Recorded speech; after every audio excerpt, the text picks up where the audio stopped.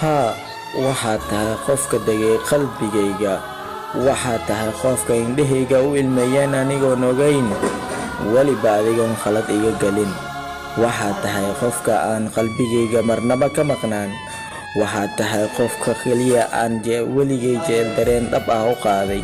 maalintaan ku arkay ayaan qiray jecelka wax jira inuu yahay.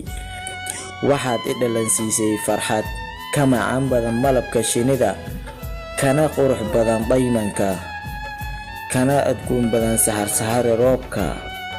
waxaan ku siiyey wadnahayga, gacantaada ayayna ku jiraan. haddii aad sii daysana ogow, dhulka qorax tiro badan baa yaala, waana ku durayaan. marka ka taxadir qaali, aad baana ku jeclahay, weligeenna waan ku jeclaan doonaa.